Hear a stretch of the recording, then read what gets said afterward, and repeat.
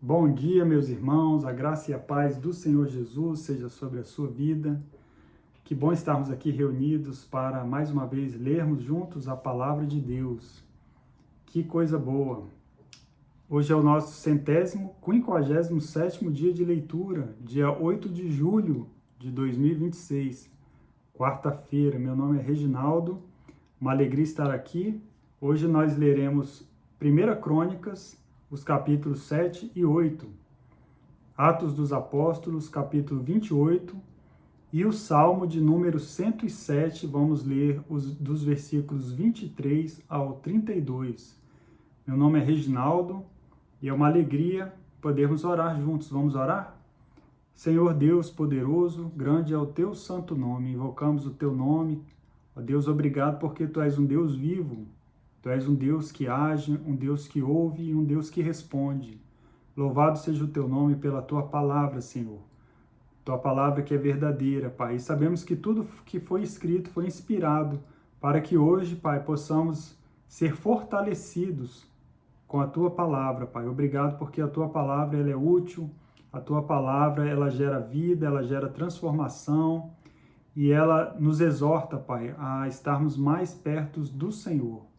Fala aos nossos corações, visita cada vida que está aqui conosco, nos acompanhando nessa leitura, e que o teu nome seja exaltado para sempre, glorificado e bendito eternamente. Louvado seja o nome do Senhor. Nós oramos agradecidos em nome de Jesus. Amém. Então, vamos lá começar em 1 Crônicas, capítulo 7. Então, no capítulo 7, existe a continuidade do registro genealógico das tribos de Israel. À primeira vista, parece apenas uma lista de nomes, mas no contexto do livro, essas genealogias têm um propósito profundo: demonstrar que Deus preservou seu povo apesar das guerras, do pecado, da divisão do reino e do exílio babilônico. O autor Esdras, escrevendo após o exílio no século V a.C., quando era essencial reafirmar a identidade nacional e religiosa de Israel. Então vamos começar. Versículo 1. Estes foram os 4 filhos de Issacar: Tolá, Puá, Jazube e Sinrom. Estes foram os filhos de Tolá: Uzi, Refaías, Jeriel, Jamai, Abissão e Samuel, chefes dos seus clãs, no reinado de Davi. Os descendentes de Tolá, listados em suas genealogias como homens de combate, eram 22.600. Então, eles são descritos como homens de combate, também homens valentes, em outra versão. É a mesma expressão usada para guerreiros de Davi, líderes militares. Então, a Bíblia traz essas expressões, como, por exemplo, lá em Provérbios 31, ele traz a expressão mulher virtuosa. Então, a ideia aqui, quando fala desses guerreiros de Davi, desses homens de combate, a ideia não é apenas força física, mas competência, coragem, honra. Versículo 3. O filho de Uzi foi Israías. Estes foram os filhos de Israías: Micael, Obadias, Joel e Isias. Todos os 5 eram chefes que tinham muitas mulheres e muitos filhos. Por isso, conforme a genealogia de sua família, eles contavam com 36.000 homens, prontos para o combate. Incluindo seus parentes, os homens de combate de todos os clãs de Issacar, conforme alistados em sua genealogia, eram ao todo 87.000. E é interessante, os versículos 2 a 5, eles mencionam diversos números: 22.600, 36.000, 87.000. E esses números, eles revelam algo importante. O tamanho das tribos, ele representava a bênção divina. E o cronista lembra: vocês pertencem a um povo que Deus multiplicou. Então, isso era uma mensagem de esperança. Versículo 6. Estes foram os 3 filhos de Benjamim: Belá, Bequer e Gediael. Estes foram os filhos de Belá: Esbom, Uzi, Uziel, Jeremote e Iri, 5 chefes de famílias. Seu registro genealógico alistava 22.034 homens de combate. Estes foram os filhos de Bequer. Então, versículo 8, ele passa a falar quem são os filhos de Bequer, e fala chefes de família e 20.200 homens de combate. Versículo 10, o filho de Jediael foi Bilã. Estes foram os filhos de Bilã: Jeús, Benjamim, Eude, Kenaaná, Zetã, Tarsis e Aisaar. Todos estes descendentes de Jediael eram chefes de famílias que contavam com 17.200 homens de combate, prontos para a guerra. Então, aqui surge uma observação em comum, a partir do versículo 14. Vamos para o versículo 14. Os descendentes de Manassés, versículo 14 a 19. A descendência através de mulheres, por exemplo, Maaca é mencionada. Genealogias normalmente seguiam um padrão mencionado por homens, mencionando homens. O fato de mulheres aparecerem revela que determinadas alianças familiares eram importantes para preservar direitos de herança. Então percebemos que Deus ele concede dignidade e importância a todas as pessoas, independentemente do sexo ou posição social, desde aqui no Antigo Testamento. As histórias, por exemplo, de Débora, Esther e Ruth, elas confirmam que Deus chama e usa homens e mulheres para cumprir seus propósitos, distribuindo dons, responsabilidades e oportunidades de serviço segundo sua soberana vontade, e não segundo os padrões ou preconceitos humanos. Estes foram os descendentes de Manassés, versículo 14. Asriel, filho de sua concubina Arameia, que também deu à luz Maquir, pai de Gileade. Maquir casou-se com Maaca, irmã de Upim e Supim. Outro descendente de Manassés chamava-se Zelofeade, o qual só teve filhas. Maaca, mulher de Maquir, deu à luz um filho, a quem deu o nome de Pérez. O nome de seu irmão era Ceres, cujos filhos chamavam-se Ulão e Requém. O filho de Ulão foi Bedão. Esses foram os descendentes de Gileade, filho de Maquir e neto de Manassés. Sua irmã, Ramolequete, deu à luz Isode, Abiezer e Maalá. Estes foram os filhos de Semida, Aiã, Siquém, Lique e Anião. Então, quando nós lemos o texto bíblico, nós temos que compreender que era um outro momento, uma outra cultura, em que os nomes eram bem diferentes dos nomes que nós vemos hoje em dia. E aí, agora no versículo 20, nós temos os descendentes de Efraim. Preste bastante atenção aqui nos versículos 20 a 26. Estes foram os descendentes de Efraim. Sutela, que foi o pai de Bered, pai de Taate, pai de Eleada, que foi o pai de Taate, pai de Zabade, pai de Sutela. Ezer e Eliade, filhos de Efraim, foram mortos por homens da cidade de Gate, quando tentavam roubar os rebanhos deles. Então aqui nós tivemos uma tragédia na vida e na família de Efraim. Os filhos deles foram mortos, eles estavam ali numa tentativa de roubo de rebanhos. Versículo 22, Efraim chorou muitos dias por eles, e seus parentes vieram consolá-lo. Depois ele se deitou de novo com sua mulher, ela engravidou e deu à luz um filho. Ele o chamou Berias, pois tinha acontecido uma desgraça em sua família. Sua filha chamava-se Seerá. Foi ela que fundou Bet-Oron Alta e Bet-Oron Baixa, e também Uzem Seerá. Então ela fundou cidades. O filho de Berias foi Refa, pai de Rezefe, que foi o pai de Telá, pai de Taã, pai de Ladã, pai de Amiúde, que foi o pai de Elisama, pai de Num, que foi o pai de Josué. E que Josué era esse? Bom, vamos chegar lá. A tragédia da família de Efraim, em 1 Crônicas 7, ela ensina que, embora a dor seja real e o luto deva ser vivido, essa dor não precisa representar o fim da história. Após perder seus filhos de uma forma muito triste e vergonhosa, por quê? Porque os filhos de Efraim estavam tentando roubar os rebanhos de terceiros e acabaram sendo mortos nessa situação. Então Efraim, ele sofre aquela perda, ele passa por um luto, porém ele é consolado e um novo filho nasce e a sua descendência continua. E essa descendência continua até chegar a Josué.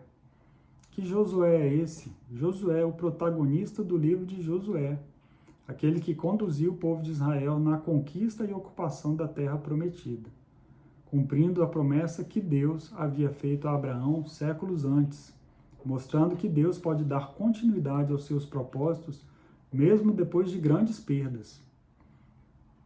As grandes perdas não interrompem os propósitos de Deus. O relato aqui ele não minimiza o sofrimento de Efraim, mas ele revela que a vida segue.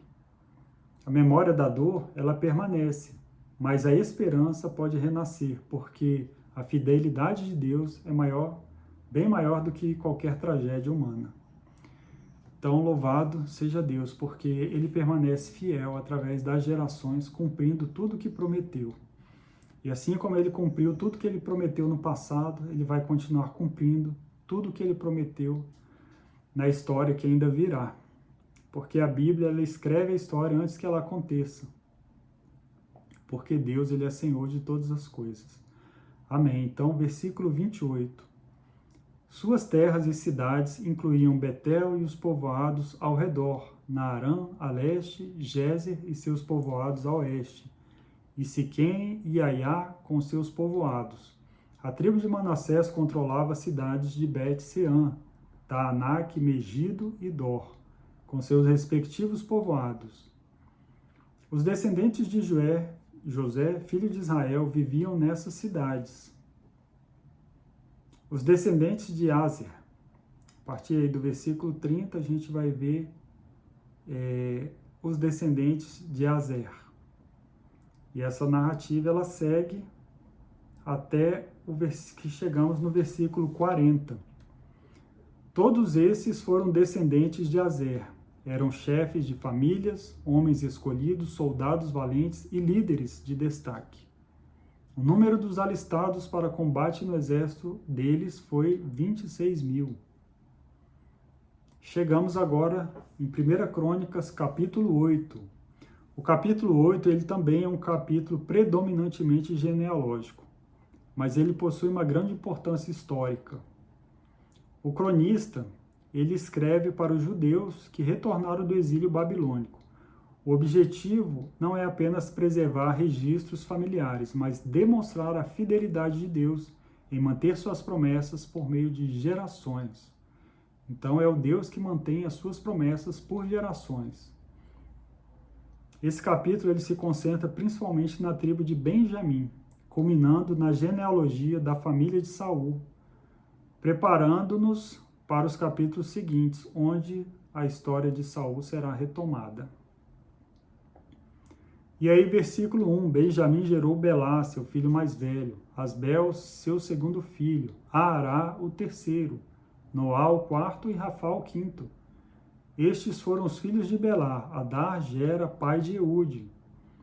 Então ele segue com a descrição dos filhos. Versículo 6. Estes foram os descendentes de Eude, chefes das tribos dos habitantes de Geba, que foram deportados para Maate. Naamã, Aías e Gera. Esse Gera, pai de Uzá e de Aiude, que foi quem os deportou. Depois de ter se divorciado de suas mulheres, Uzim e Baara, Saarim teve filhos na terra de Moabe. Com sua mulher Odes, ele gerou Jobabe, Zíbia, Messa, Malcã, Jeú, Saquias e Mirma. Esses foram seus filhos, chefes de famílias. Então, a narrativa prossegue no versículo 11. Versículo 12, estes foram os filhos de Eupaal. Então, aí ele dá o nome dos filhos. Versículo 13, 14, segue até o versículo 27. E aí no versículo 28, todos esses foram chefes de famílias, líderes, conforme alistados em suas genealogias.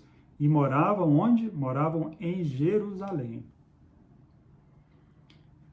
Então, até o versículo 28, ele registra diversas famílias da tribo de Benjamim.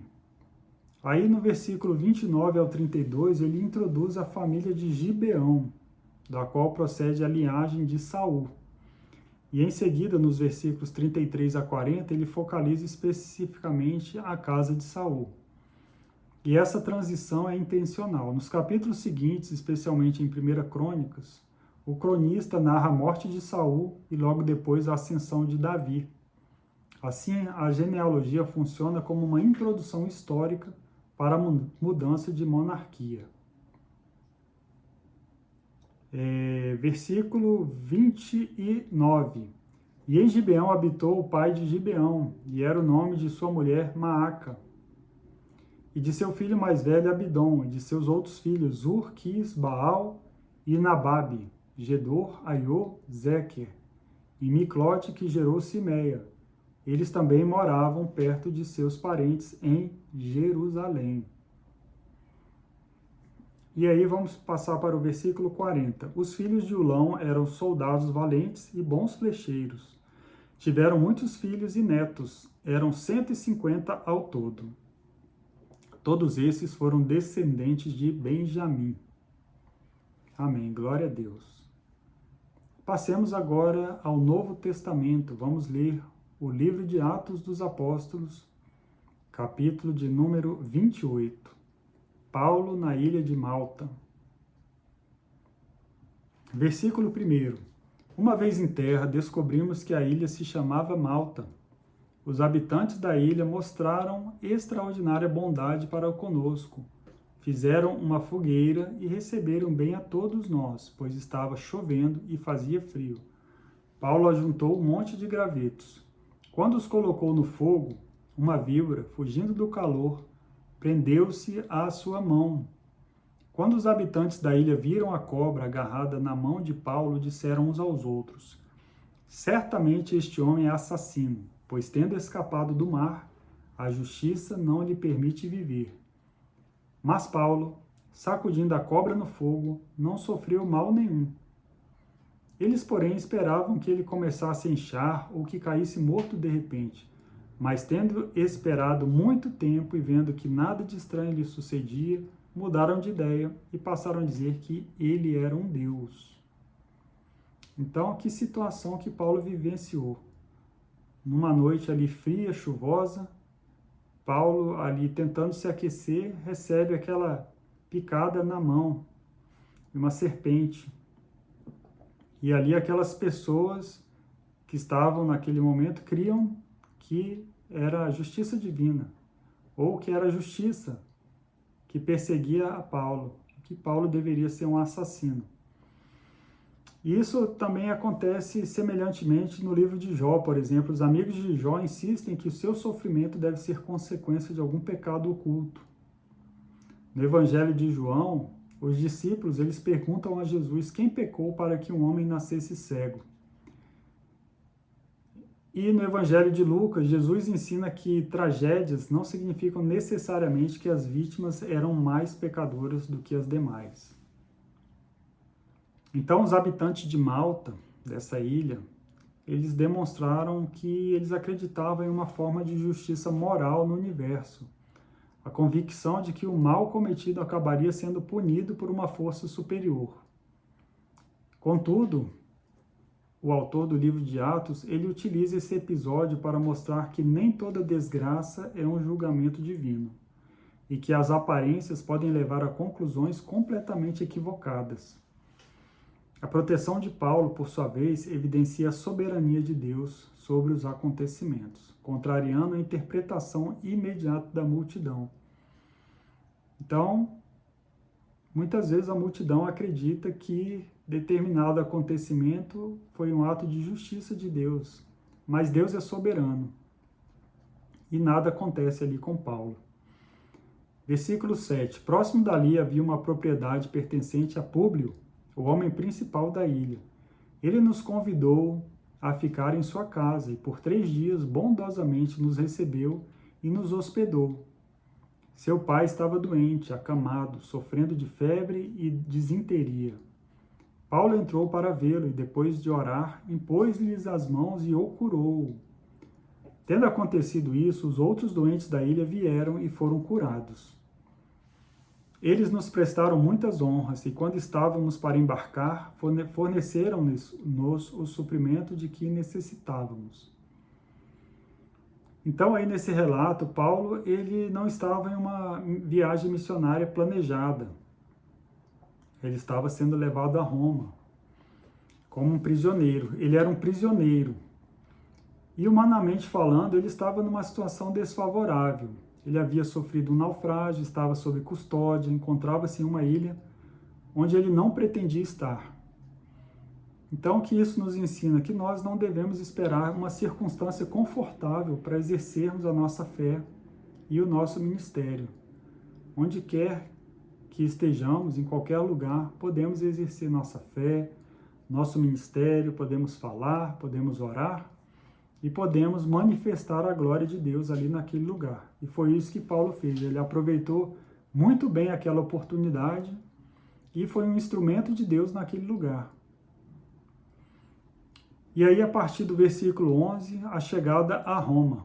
Passado 3 meses, embarcamos num navio que tinha passado o inverno na ilha. Era um navio alexandrino que tinha por emblema os deuses gêmeos, Castor e Pólux. Aportando em Siracusa, ficamos ali 3 dias. Dali partimos e chegamos a Régio. No dia seguinte, soprando o vento sul, prosseguimos, chegando a Potélio, no dia seguinte. Ali encontramos alguns irmãos que nos convidaram a passar uma semana com eles. E depois fomos para Roma. Os irmãos dali tinham ouvido falar que estávamos chegando e vieram até a praça de Ápio e as 3 vendas para nos encontrar. Vendo-os, Paulo deu graças a Deus e sentiu-se encorajado.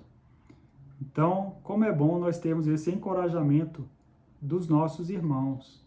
Então, a comunhão com os irmãos é algo inspirado e é algo que vem de Deus, porque isso nos traz alegria, isso nos traz consolo, isso reforça a nossa fé, fortalece a nossa fé.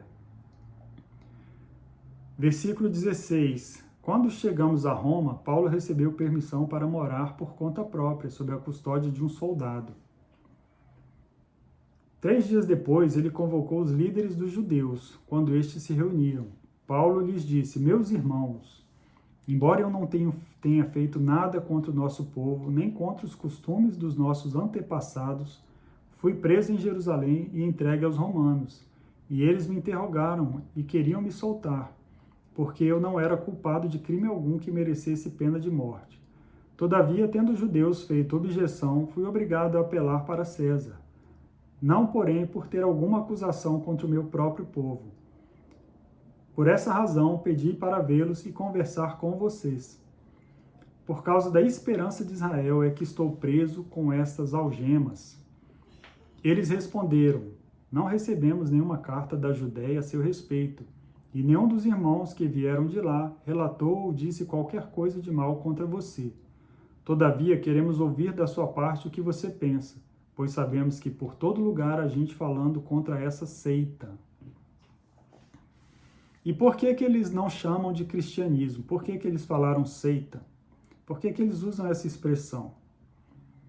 Porque naquele momento, cerca de 60, 62 depois de Cristo, o cristianismo ainda estava em processo de separação do judaísmo. Para muitos judeus, os seguidores de Jesus eram apenas um movimento que afirmava que o Messias já havia vindo. Eles ainda liam as escrituras hebraicas, adoravam o Deus de Israel, citavam Moisés e os profetas. Muitos continuavam frequentando as sinagogas. Então, assim, eram vistos como uma corrente dissidente do judaísmo. Versículo 23. Assim combinaram encontrar-se com Paulo em dia determinado, indo em grupo ainda mais numeroso ao lugar onde ele estava. Desde a manhã até a tarde, ele lhes deu explicações e lhes testemunhou do reino de Deus, procurando convencê-los a respeito de Jesus, com base na lei de Moisés e nos profetas. Alguns foram convencidos pelo que ele dizia, mas outros não creram. Discordaram entre si e começaram a ir embora, depois de Paulo ter feito esta declaração final. Bem que o Espírito Santo falou aos seus antepassados por meio do profeta Isaías: vá a este povo e diga: ainda que estejam sempre ouvindo, vocês nunca entenderão. Ainda que estejam sempre vendo, jamais perceberão. Pois o coração deste povo se tornou insensível. De má vontade ouviram com os ouvidos e fecharam os olhos. Se assim não fosse, poderiam ver com os olhos, ouvir com os ouvidos, entender com o coração e converter-se, e eu os curaria. Então ele cita o profeta Isaías. Portanto, quero que saibam que esta salvação de Deus é enviada aos gentios. Eles a ouvirão. E quem são esses tais gentios a quem Paulo se refere aqui? Então, historicamente, eram os povos do Império Romano, que não pertenciam ao povo judeu. Romanos, gregos, sírios, egípcios, asiáticos, macedônios e inúmeras outras etnias. No contexto de Roma, isso incluía grande parte da população da capital do Império.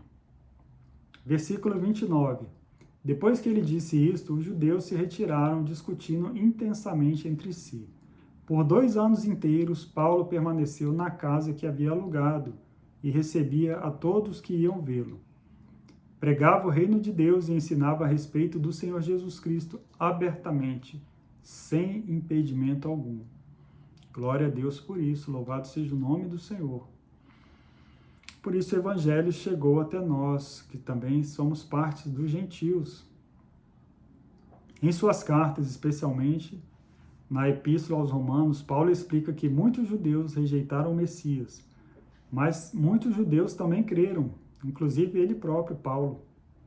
A entrada dos gentios faz parte do plano de Deus desde o princípio. Deus não abandonou Israel. Em Romanos 11:1, Paulo pergunta: terá Deus rejeitado o seu povo? E responde: de modo nenhum.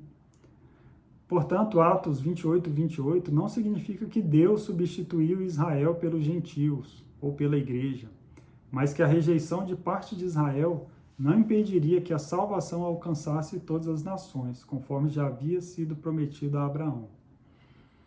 Glória a Deus por isso, louvado seja o nome do Senhor. Vamos passar agora ao Salmo de número 107.